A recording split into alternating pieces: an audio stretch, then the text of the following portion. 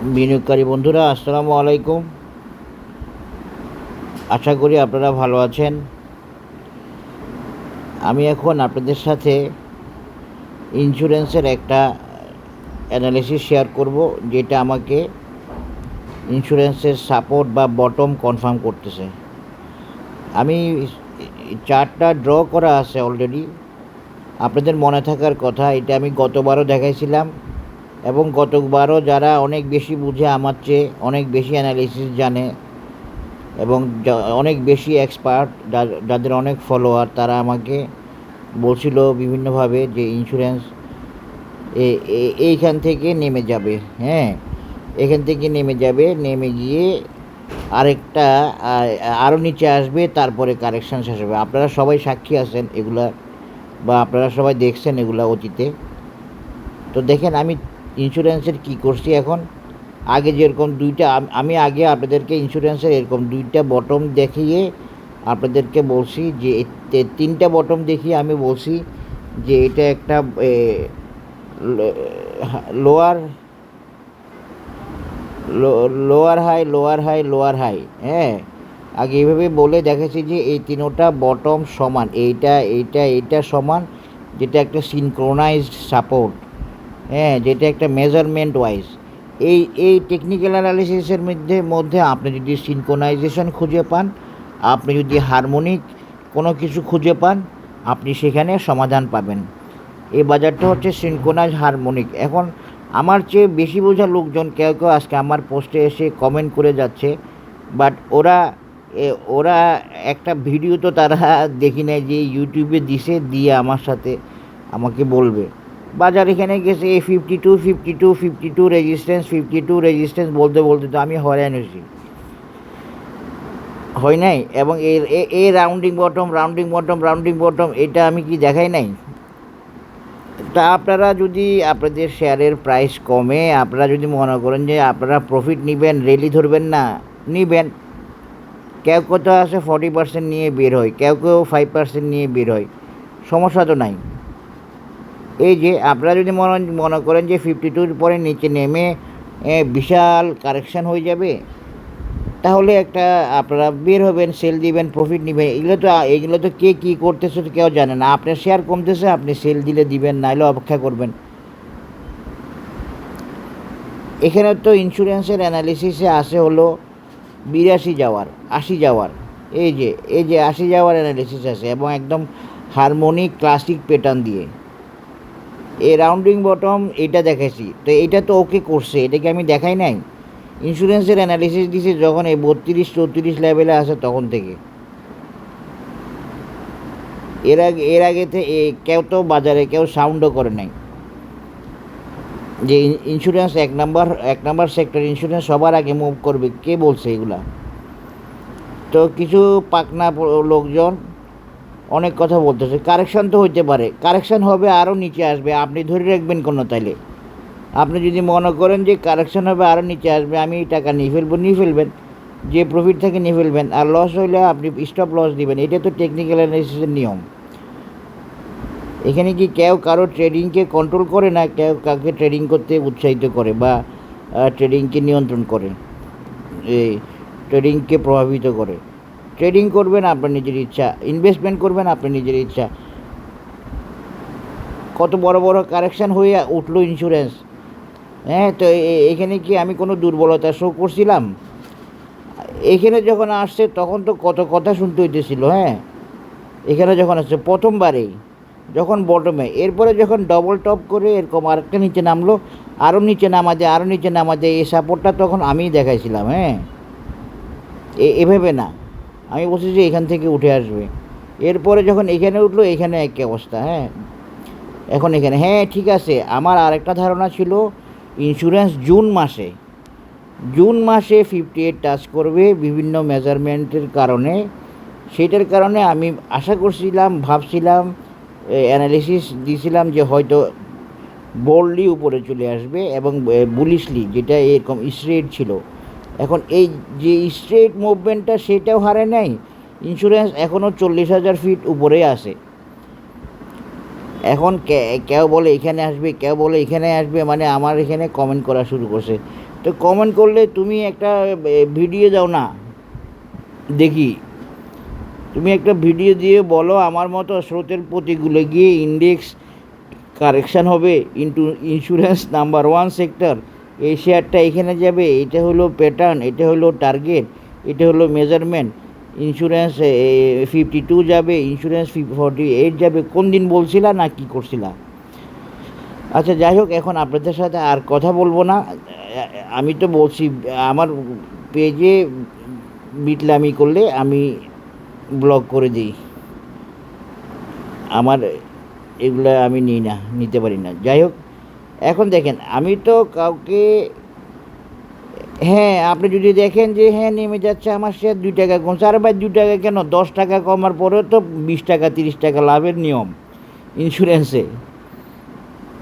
এখন আমি আপনাদেরকে বলি, এইটা হচ্ছে একটা ভাইটাল সাপোর্ট দেখাইলাম, গতবারও দেখাইছিলাম, এই তিনটা সিনক্রোনাইজড, আজকে এখানে আসার পরে এটাও সিনক্রোনাইজড হয়ে গেছে, এটাও মেজারমেন্ট ওয়াইজ হয়ে গেছে, আশা করি দেখতে পাচ্ছেন। হ্যাঁ, সুতরাং এইটা পাওয়ার পর আমি একটু উৎসাহিত হয়ে, মানে প্রয়োজন ছাড়াও বলা যায়, আবার আপনাদেরকে একটু সাপোর্ট দেওয়ার জন্য আমি ছোট্ট একটা ভিডিও করতেছি।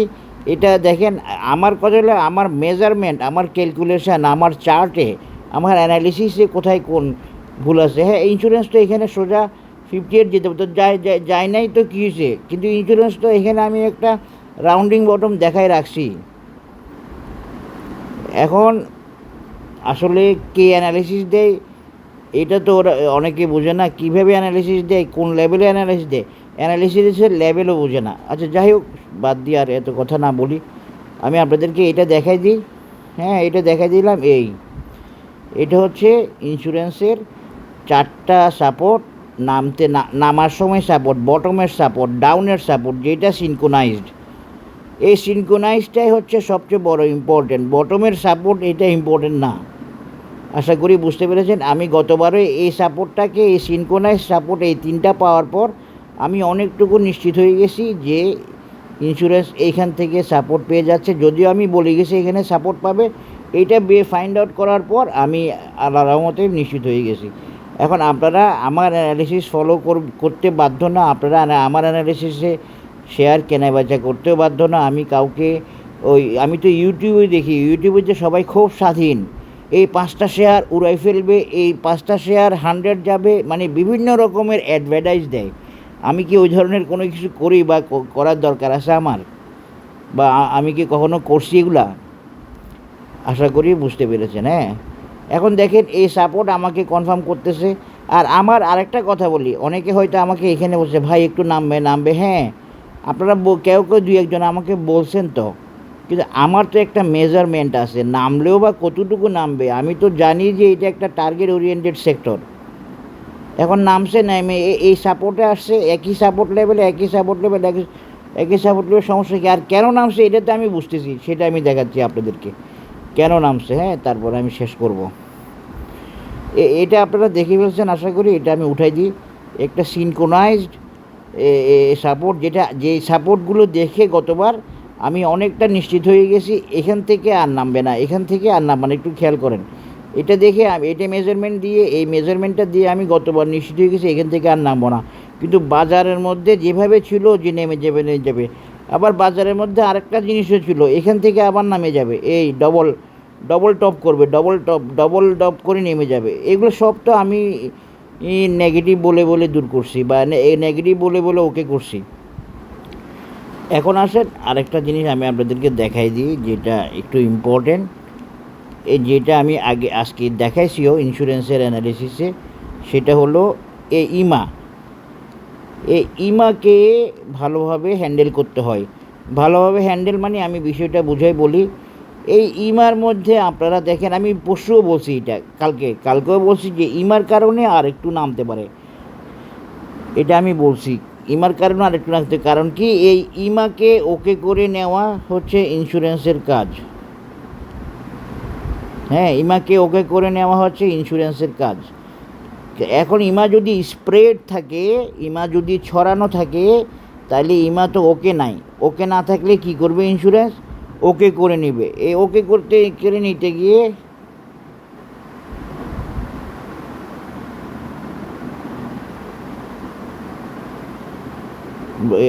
ওকে ওকে করার মাধ্যমে প্রাইস উপরে উঠবে। যেমন ধরেন আমি আপনাদেরকে দেখাই, এই যে দেখেন এই ইমাকে সে নামিয়ে আনছে, মুভিং অ্যাভারেজের গ্যাপ 926 থেকে কমিয়ে আনছে। এই কমিয়ে না আনলে উঠানো বা উঠাটা কঠিন। এই ইমাকে এইভাবে কমিয়ে না আনলে উঠাটা কঠিন। এই জন্য আমি আপনাদেরকে বলছি যে আজকেও আরেকটা কথা বলছি যে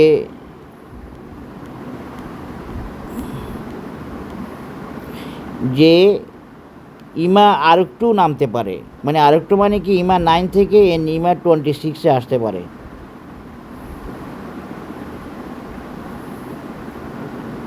ইমা 26-এ আসতে পারে এই, কিন্তু এই 26-এ আসার প্রয়োজনটা আবার ইগনোর করে দেয় কি আজকের বটমের এই মেজারমেন্টটা, যেটা সিনক্রোনাইজড, মানে সাপোর্ট পাওয়ার বা বটমের মেজারমেন্টটা যেটা সিনক্রোনাইজ, সেটা ইমাকে আরেকটু নিচে আনার প্রয়োজনটাকে ইগনোর করে দেয়। কিন্তু এরপরও সামান্য প্রয়োজন আছে ইমার নিচে নামার, যদি বাজারের প্রয়োজন হয় বাজার নামাইতে পারে।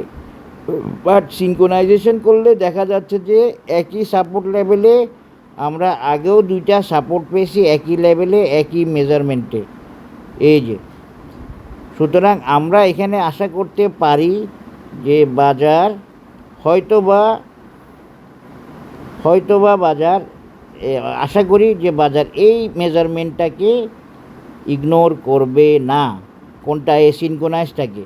আর ইমা তো আগামীকাল একটু উপরে উঠবে, ব্যাপারটা খেয়াল করবেন। হ্যাঁ, নিচের 926টা আগামীকাল একটু উপরে উঠবে।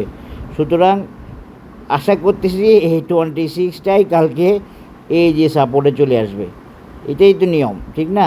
এই লেভেলে চলে আসবে। তো এই লেভেলে চলে আসলে আমাদের কি হবে? আমাদের প্রয়োজনীয় কারেকশানের আর প্রয়োজন থাকবে না। আমাদের প্রয়োজনীয় কারেকশান তখন অপ্রয়োজন হয়ে যাবে। অপ্রয়োজন মানে কেন? যে মুভিং অ্যাভারেজের অ্যাডজাস্টমেন্ট। এখানে শুধুমাত্র একটা জায়গায় একটু কনফিউশন আছে, বাজারের যদি নিচে নেমে আসে ইন্স্যুরেন্স কিকে একা মুভ করায় কিনা বাজার, সেটা হচ্ছে ইম্পর্টেন্ট। একা মুভ করানোর ব্যাপারেও আশা করা যায়, কারণ আসলে যে সেক্টরটা সবচেয়ে এতদিন ধরে লিডিংয়ে ছিল সেটা হচ্ছে ইন্স্যুরেন্স। যারা বুঝার ওরা বুঝছে। এখন দেখেন, আমি ইমা দিয়েও শেষ করলাম। কেন এ বাজার নিচে নামলো? ইমাকে বাকি আনার জন্য। আপনারা আবার দেখেন, তারপরে ক্লিয়ার হবেন। এই ইমাকে যদি আরও নামিয়ে আনতে পারতো তাহলে কী হতো? মুভিং অ্যাভারেজের মধ্যে অ্যাডজাস্টমেন্ট হয়ে যেত। তো অ্যাডজাস্টমেন্ট হয়ে গেলে উঠে আসাটা সহজ। এখনও ইমা পুরোপুরি হয় নাই, তাই একটু নিচে নামার একটা ব্যাপার থাকতে পারে, সেটা এখানে। সেক্ষেত্রে আবার ওই সাপোর্ট লেভেলটা একটু হলেও ভেঙে যায়। সেক্ষেত্রে সাপোর্টের বিষয়টা একটু হলেও ভেঙে যায়। এই সাপোর্টে আসার একটা ব্যাপার থাকতে পারে। কিন্তু আমরা এক্ষেত্রে আমাদের বটমগুলার হিসাবটা একটু ভিন্ন। বটমগুলার হিসাবটা আপনি টপ দিয়ে করলে হবে না। এখানে বটমের হিসাবটা হলো এইভাবে। এখন কালকে যদি ইমা একটু উঠে আসে কালকে দিনের হিসাবে, তাহলে সব কিছুই ওকে, ইমা 26। আর নয়তো আরেকটু নামার একটা সম্ভাবনা থাকতে পারে। এ হলো অবস্থা। এখন আমি দেখাই আরেকটা জিনিস, সেটা হলো এই যে সাপোর্ট লেভেলটা আপনারা আশা করি দেখছেন, এবং যেটা সিনক্রোনাইজ দেখছেন, যেটা একই লেভেলের চারোটা, প্রায় একই লেভেলের চারোটা একদম বরাবর মাপা হবে। এরকম কখনো ভাববেন না। একদম কাছাকাছি লেভেলের হবে। বাজারের হিসাবগুলো একদম বরাবর হবে না, খুব কাছাকাছি হবে, এই আর কি। একই লেভেলের চারটা সাপোর্ট আপনারা দেখতে পাচ্ছেন। এখন আমি এই সাপোর্টগুলোর বাইরে গিয়ে আমি ইমাকে বাদ দিয়ে আপনাদেরকে ইচিমোকু দিয়ে বুঝাই দিব যাতে আসলে বিষয়টা কি। এই যে দেখেন, এই সাপোর্টটাই আমাকে গতবার এই যে বটমের সাপোর্টগুলো বা হায়ার লো,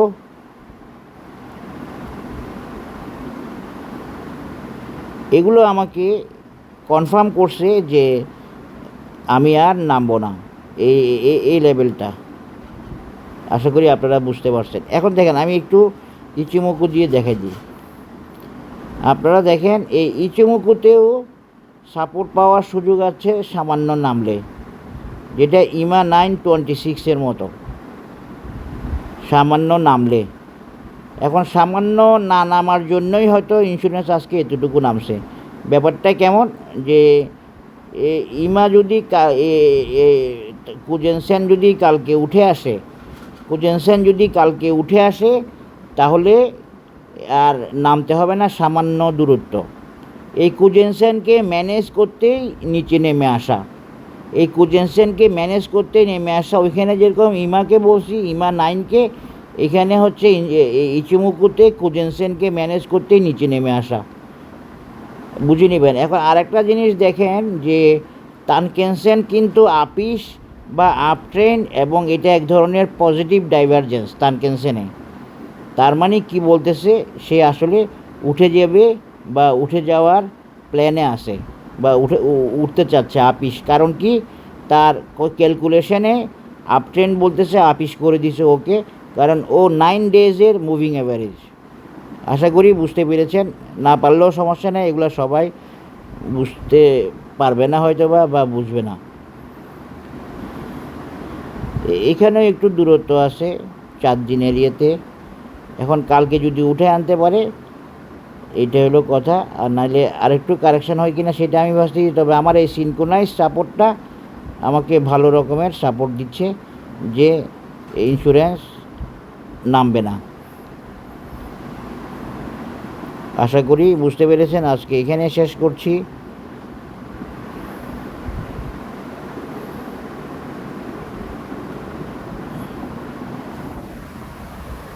ইন্স্যুরেন্সের একটা সাপোর্ট লেভেল শেয়ারিং এখানে শেষ করতেছি। সবাই ভালো থাকবেন।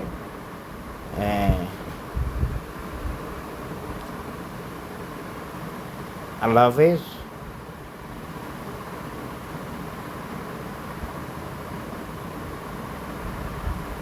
আসসালামু আলাইকুম। আরেকটা কথা একটু বলে রাখি। দেখেন, আপনারা একটা জিনিস কেন এখনও বুঝেন না, আপনারা ট্রেড করবেন। আমি তো কাউকে শেয়ার কিনে বেচাই না, বা আমি শেয়ারের অ্যাড দেওয়া এগুলো করা এই ইউটিউব ভর্তি দিকে যে আমি এইটা 2-1জন অ্যানালিসিস দেয় মোটামুটি ভালো। একজনকে পাইছি আপনার ফলো করে, ইউটিউবকে ফলো করে, আর একজন বেশ ভালো ভিডিও দিছে দেখছি। এগুলো ছাড়া তো আপনারা, বিষয়টা হচ্ছে কি, আপনার শেয়ারে ধরেন 5 টাকা প্রফিট আছে, তো আপনি সেল করে দেওয়াটা তো সম্পূর্ণ আপনার এখতিয়ার, আপনার স্বাধীনতা। এখন ধরেন আমি যদি কোনো একটা চার্টে, কোনো একটা অ্যানালিসিসে, ইন্ডেক্স না, সেক্টর বা প্রাইজে আমি যদি আগে থেকে বলে দিই এটা এখানে নামবে, এখানে নামতে হবে, এটা তো এইভাবে বলা যাবে না। কারণ আমি যতক্ষণ পর্যন্ত দেখতেছি, পরশু দিন দেখছি আমি এই যে একটা গ্রিন ক্যান্ডেল করছে এবং সাপোর্টের উপরে আছে। সাপোর্ট কি, তানকেনসেন, কুজেনসেন বা ইমার উপরে আছে। আমি তো অ্যাডভান্স বলে দিব না বা বলে দিতে পারবো না যে এখানে নামবেই। তাহলে বিষয়টা খেয়াল করেন, কেন বলবো না, কেন বলে দিতে পারবো না, কারণ হচ্ছে এইটা আমার রেসপন্সিবিলিটিকে অনেক বাড়ায় দেয়। আপনি যদি আমার কথা শুনে পেনিকে সেল দেন এবং শেয়ারটা যদি না কমে, তাহলে বিষয়টা কেমন, শেয়ারটা যদি বেড়ে যায়, আপনি সেল দেওয়া না দেওয়া হচ্ছে বাজার দেখে ডিসিশন নেওয়া, এটা সম্পূর্ণ আপনার এখতিয়ার। ধরুন আপনি একটা শেয়ারে 3 টাকা প্রফিটে আসেন, আপনি দেখছেন যে 1 টাকা কমে গেছে, আপনি সেল দিবেন। আপনি যদি মনে হয় না আমি 2 টাকা প্রফিট নিব, এখানে ব্লেম করলে আমি জাস্ট ব্লক করে দিব। আমি মানুষের হেল্প করার জন্য এই এই এই ভিডিওটা করি বা এই চ্যানেলটা খুলছি। আশা করি বুঝতে পেরেছেন। এই যে দেখেন, আপনারা সিনক্রোনাইজ সাপোর্টটা আরেকবার দেখে নেন, ইচিমোকু সহ। কালকে যদি সাপোর্ট পায় আলহামদুলিল্লাহ, আর সামান্য একটু নিচে নামার একটা প্রয়োজন আছে, এটা কিন্তু কালকে আবার আপ হয়ে যাওয়ার সুযোগও আছে। আশা করি বুঝতে পেরেছেন। ধন্যবাদ। আসসালামু আলাইকুম।